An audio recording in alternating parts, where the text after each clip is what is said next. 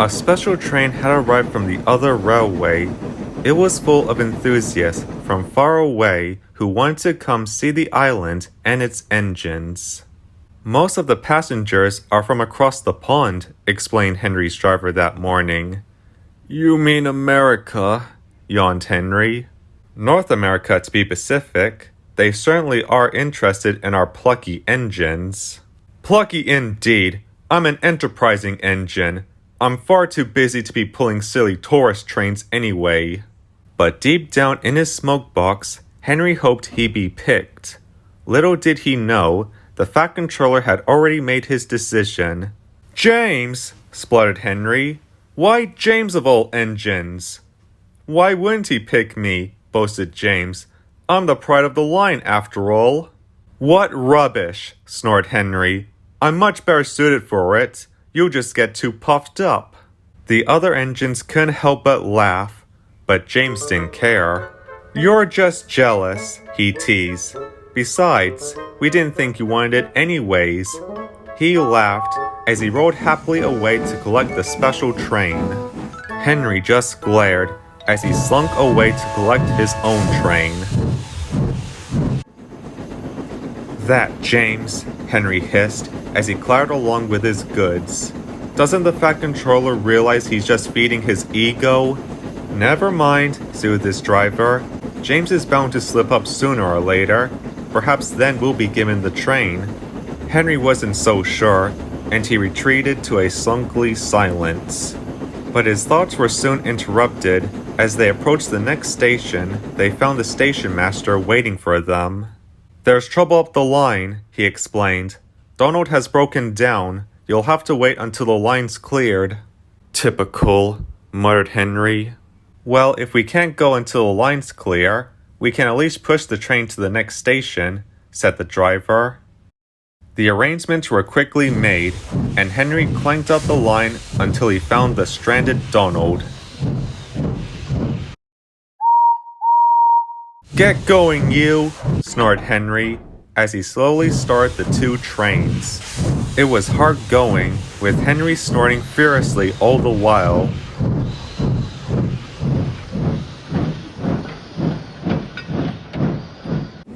At last, the next station hoved into view.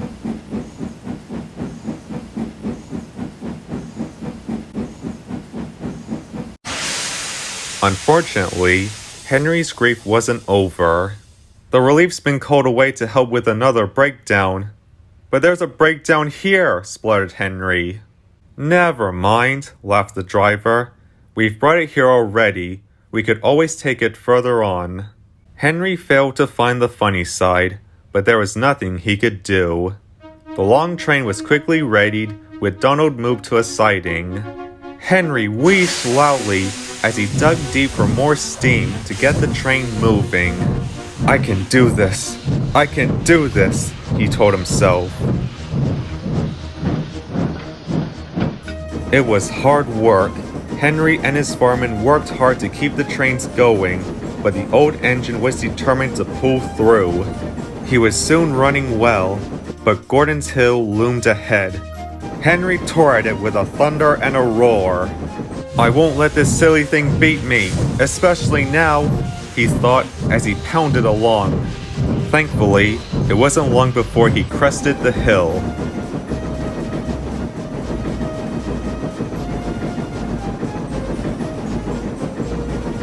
At the station beyond, Donald's train was thankfully delivered. This made the rest of the journey to the end of the line much easier.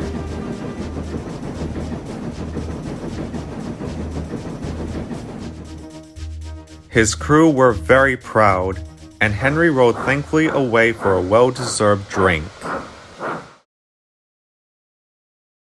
As he was being turned around in the yards, he heard a toot from the main line and watched as James raced by with the enthusiast train. He was now too tired to care about missing out on the event.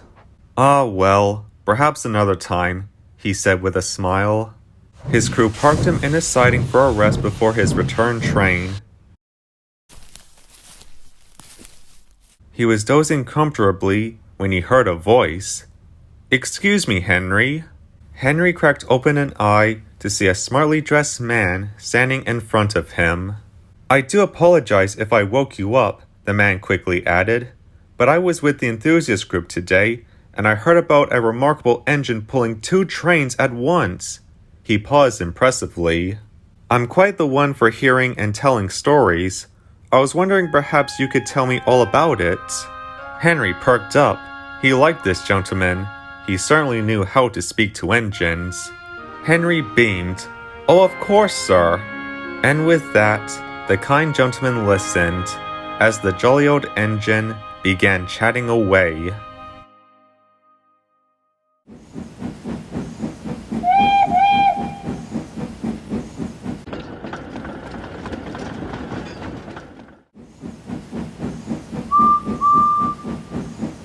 When Skarloey went away to be mended, Sir Handel and Peter Sam ran the line together.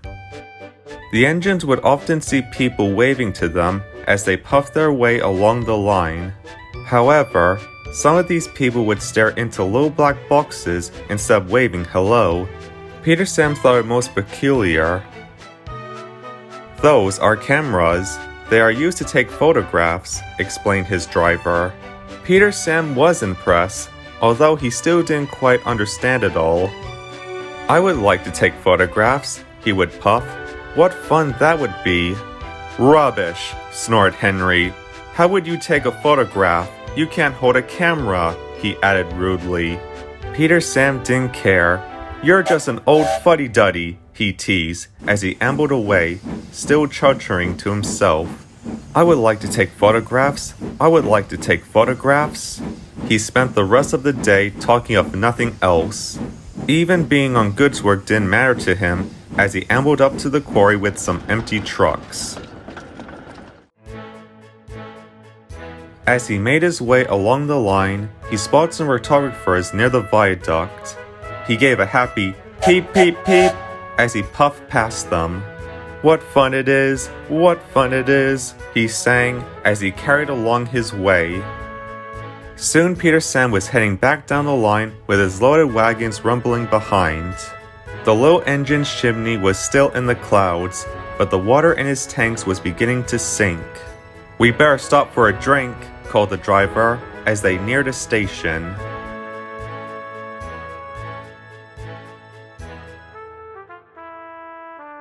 They quickly drew to a stop, and Peter Sam was soon enjoying a refreshing drink. But as he stood waiting, he suddenly noticed something. "Oh dear!" he cried. "Somebody's left their camera behind." Someone certainly had, for one laid abandoned on the station bench. "It must belong to one of those chaps we saw by the viaduct," murmured the driver. "We best return it quickly," peeped Peter Sam. "But Sir Handel will already be heading back down with the evening train," called the fireman. "They'll surely be on board." "If we were to hurry, we could make it before they leave on the big railway," suggested Peter Sam. "We could at least try anyways, as we are the last train." "Well, I suppose we could," shrugged the driver. Peter Sam was very pleased, and watched as the guard took the camera on board his van before they finally started off again. Poor Peter Sam wanted to go his fastest, but his driver wouldn't let him. "It's not an emergency," he reminded him. Peter Sam knew it wasn't, but he felt determined all the same, and he continued to bustle along with his trucks rattling behind him. At last, the end of the line came into view. Peter Sam shot under the road bridge and scampered along the wharf towards the station. The passengers, Henry, and Sir Handel all stared in bewilderment as the little engine came to a stop. "What's all the fuss about?" grunted Sir Handel. Poor Peter Sam didn't have the breath to reply, but thankfully, the guard appeared with the missing camera in hand. A small scout man let out a happy cry. "Oh, thank goodness! I thought I lost it for good." He gave Peter Sam, his crew, and the guard his utmost thanks before he hurried aboard Henry's train. Peter Sam rode slowly away, proud with his day's work. Though he seemed less proud the next morning when the thin controller came to see him. Whilst I'm far from happy to hear about an engine racing about at silly speeds, I am pleased that a quite distinguished gentleman has shouted our little line in praise, he said. So perhaps with the understanding that such brisk runs are not to be repeated, we can let this discretion be. Peter Sam heartily agreed and remained as good as his word. But between you and me, Sir Handel quite wishes he'd been told not to mention photography anymore instead. His adventure meant it was quite some time before Peter Sam fell silent on the subject.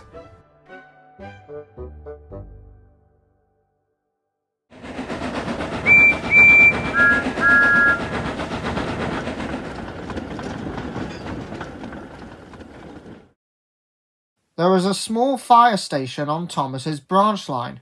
Men from the village run a volunteer service. They even have their own fire engine. One afternoon, when Percy was coming back from the harbour, he saw the fire engine parked outside the station. "Hello," he called. "Who are you?" "Frederick," came a blunt reply. "And you?"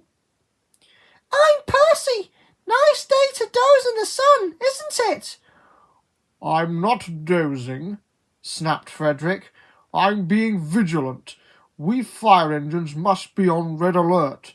A blaze could strike up any second." "Settle down, Frederick," laughed one of the firemen, who was holding a bucket and rag. "We've not seen a fire round here for ages. Now let's get you polished." Frederick retired in a huff, but Percy was impressed. "That fire engine is amazing," he told Thomas later that day. "Fighting fires, keeping the town safe." "Who, old Frederick?" interrupted Thomas. "He's nothing special, just sits there grumbling and snoozing.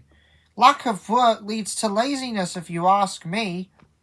"He's not lazy," scowled Percy. "He's being, ambivalent. Oh, to be a hero, do you suppose I could be a fire engine too?" "Huh, I'll tell you what you are," chuckled Thomas. "You're a silly engine. You stick with your stone trucks and you'll be all right." A few days later, Trevor the traction engine arrived in the yard. He and Charles, the vicar's eldest son, had brought bales of hay for Toby to take to the farmers. It had been a long journey, and Trevor was enjoying a well-earned rest. At last Charles returned. He struck a match and prepared Trevor for the journey home. "Right then, Trevor," he said, "let's be quick. I'm not keen on the sound of impatient horns all the way home." Trevor yawned as warmth spread through his boiler. When all was ready, Charles flicked the match to the ground. Whistling cheerfully, they set off. Trevor was still dozy, and Charles was in a hurry. Neither noticed a crackling sound behind them. Percy soon bustled into the yard, pushing some empty trucks. He was thinking of his next journey to the harbour, hoping he'd see Frederick again, when... "Horrors!" he shrieked. The piled hay bales were ablaze near the line side, and a thick plume of smoke rose into the air. Percy was so startled he bumped his trucks hard. They sped towards a siding, but the points weren't set properly. Percy shut his eyes. The trucks reached the points, bounced off the rails, and bashed into the water tower. "Ouch!" cried the front truck, but its whimpering was drowned out by a splash. When Percy opened his eyes, he was speechless. The trucks had knocked the tower over, and the water had doused the fire. The bales of hay sat smouldering and charred. Just then, a wailing siren was heard. Frederick and the firemen came rattling into the yard. "We came as quick as we could," began the chief. but he stopped when he saw the hay bales. Percy's driver explained everything. "Well done, Percy," beamed the chief. "You're a hero." "Thank you, sir," smiled Percy. "Was I ambivalent as Frederick?" "Heavens, no," chuckled the chief. "You jumped right into action. Frederick was certainly ambivalent to the fire alarm. It took so long to wake him up, we were late." Everyone laughed. Frederick scowled. Later that day, the Fat Controller came to congratulate Percy, and the crews had a small celebration at the sheds. "Well, Percy," said Toby, "turns out you can be a fire engine after all." "Next time, though," added Thomas wearily, "try not to spill all of our water, will you?"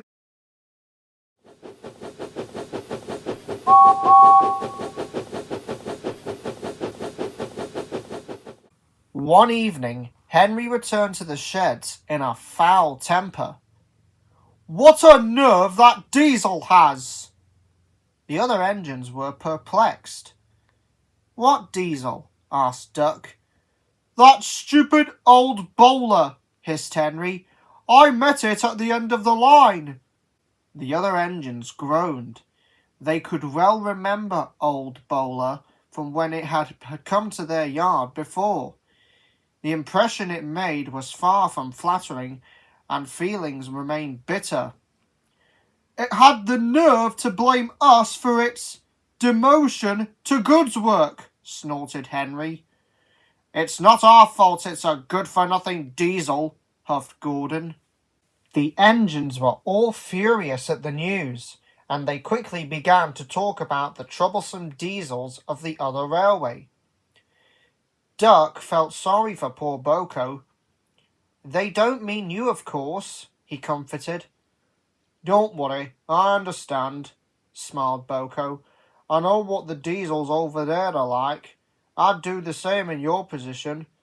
I only wish I could do something to help," he finished quietly. For the next few days, relations with the other railway were no better. Henry had further run-ins with old Bowler, each seeming worse than the last. But one day there was trouble. A set of faulty points had trapped Henry, leaving his goods without an engine. Boko was called in at the last minute. He was glad to help, though Henry remained dour. "Mind how you go," murmured Henry. "You'll probably get an earful for being acquaintances with such out-of-date claptrap as us proper engines," he sulked. "Ho ho, don't worry," called Boko as he started away. "I won't take any bother."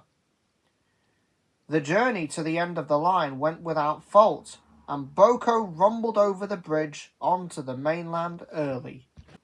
But when he arrived at the station, he found a commotion. Old Bowler stood sulking at the head of the return train, smoke billowing from its engine. The station master was furious. "Thank goodness you're here," she said to Boko.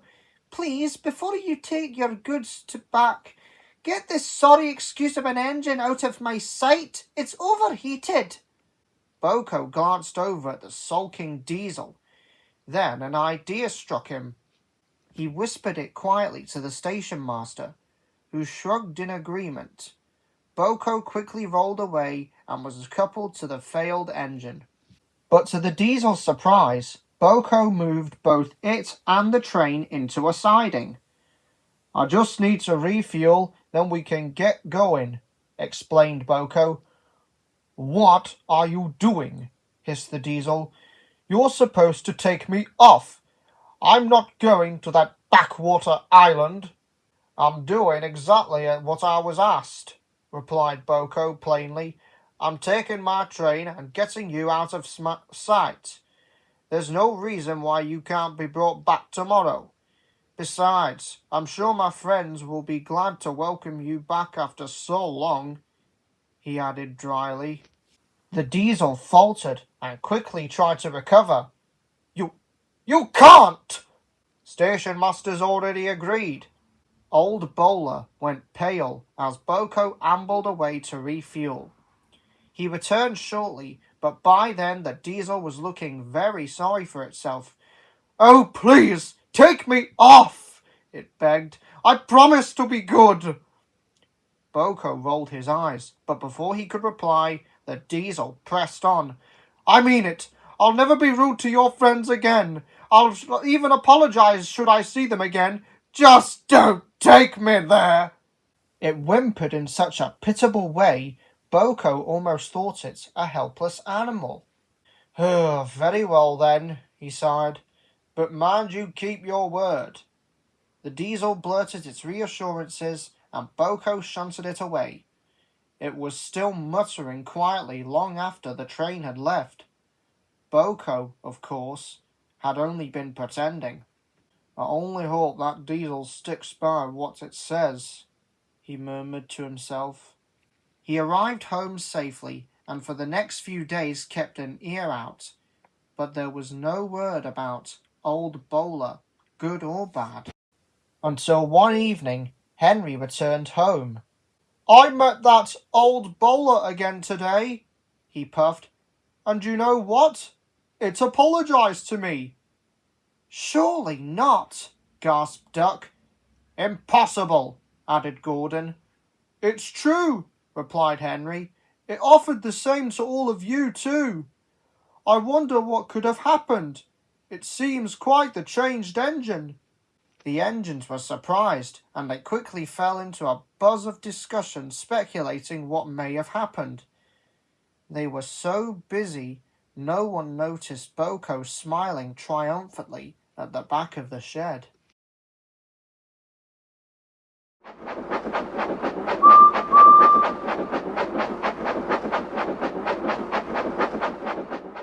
Goods traffic is a very important part to most railways, and it was no exception on the North Western Railway.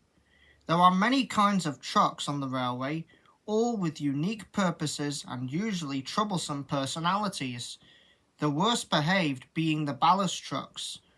All the engines on the Little Western branch line could manage these hoppers with minimal trouble, but the other engines weren't so lucky.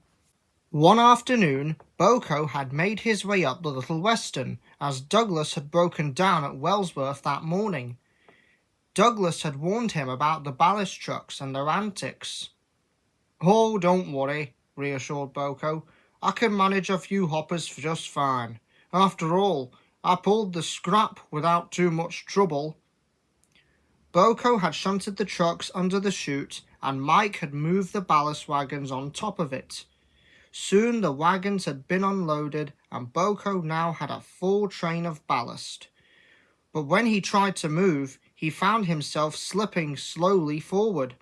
The ballast trucks giggled behind him. "Yeah, moving, you!" he panted as he crept forward. But the trucks just laughed. "We won't move for engines who think they can rip trucks apart any time they please," called the truck at the front, referring to Boko's incident with the old scrap truck. Boko was cross. "You don't decide where you go. Us engines take you where you belong. Now come on!" But the trucks continued to hold him back. With one great heave, the coupling broke and Boko shot forward suddenly. The trucks laughed rudely. "That'll teach you!" they cried in unison.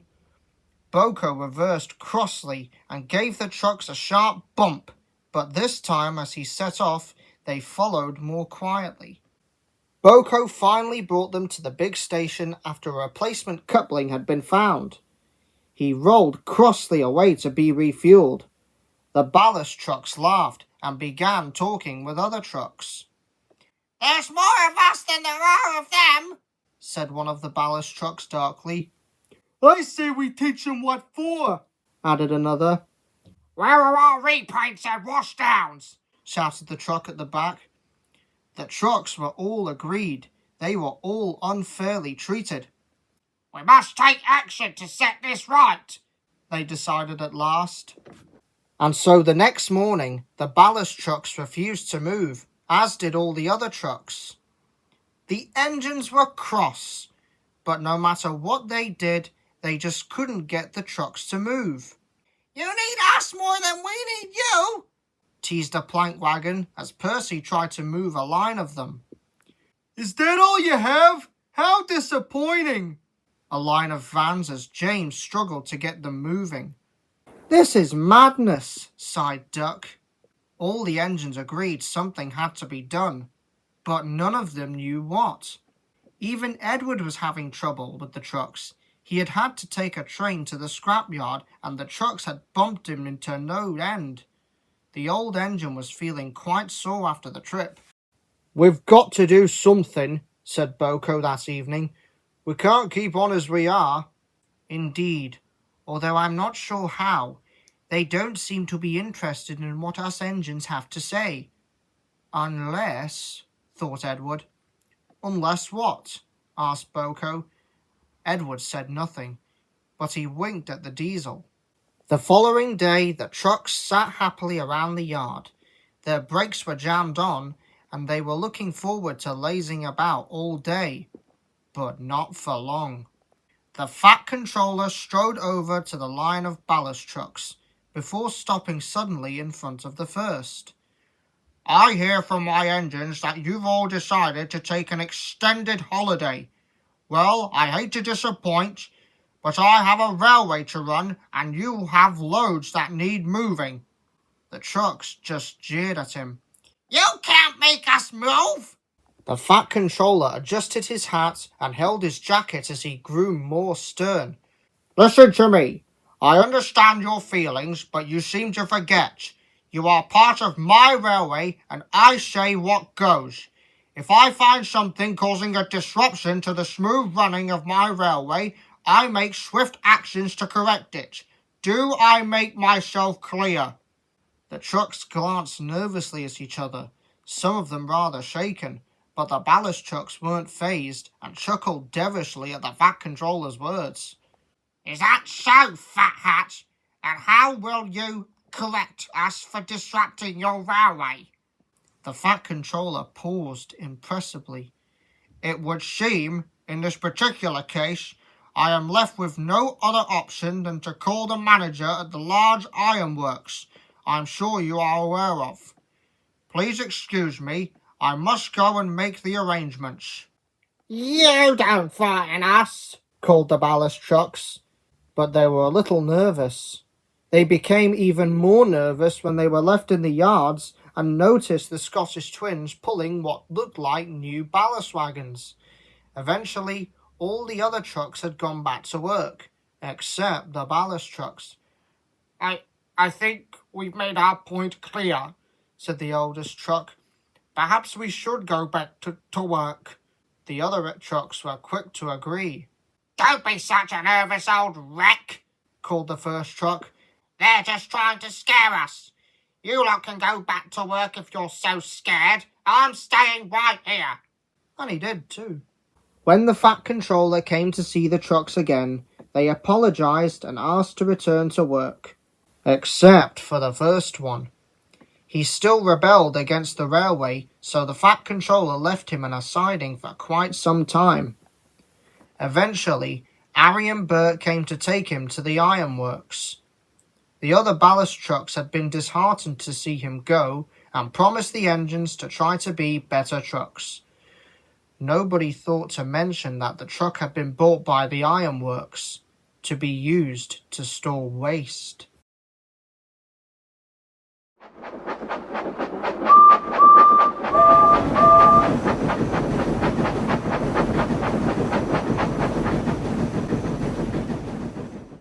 Every evening, Gordon leaves the big station with the express. He is followed shortly after by Edward, who takes his own passengers to his branch line. Gordon is very proud of his job. He thinks he's the only engine capable of doing so. "They need big, strong engines like me to pull it," he boasted. "Not little engines like you, Edward." "I agreed," laughed Edward. "I'm probably too old to do it now." "I'm glad you know your place, old-timer," said Gordon loftily, as he rode away to the station. Edward chuckled. He knew what Gordon was like. He was just being ready to follow Gordon when the yardmaster ran over and spoke with the driver. "There is trouble at the station," explained the driver. "We best get there quickly." When Edward arrived, he found the problem. Gordon had gone to take on water, but the points had jammed, leaving him stuck in the siding. Passengers crowded at the station platform anxiously. "How will we get home?" they cried. The fat controller came out of his office. "I'm sorry, everyone, but we shall have to delay the train until another engine is ready." Edward knew it would take a while before another engine would be in steam. "Excuse me, sir. Can I help?" "You, Edward? But you've got your own train to pull." "I know, sir, but it's not as big as Gordon's. A bus could take mine, and I could try and take Gordon's for him." The fat controller smiled. "An excellent idea, Edward. I'm glad to have an engine as wise as you on my railway. Are you sure you can manage Gordon's train?" "There's not too many coaches, so I might just about manage," said Edward. "Looking after our passengers is most important after all." The arrangements were quickly made. The passengers quickly boarded the train as Edward was coupled up. Just as he was ready to leave, Bertie arrived to take his passengers. "Good luck, Edward," he called happily. "Show them what you're made of." "I'll try," laughed Edward. Just then, the guard's whistle blew. Edward responded, and with a mighty heave, he slowly pulled the coaches away. It was hard at first, but once he got them going, it was easier. Edward was soon rowing happily along. The coaches followed smoothly, and the passengers sang his praises. Although he couldn't go as fast as Gordon, Edward did his best, and at last the station at the end of the line came into view. Everyone got out and said thank you to Edward, who smiled happily back. He trundled slowly home.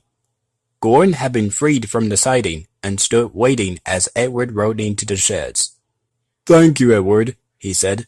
"You did a grand job. I'm sorry I was so rude." Edward smiled. "That's all right. I didn't think I could do it either. I've still got some strength left, it seems." And as his old eyes twinkled in the moonlight, Edward retired happily to sleep.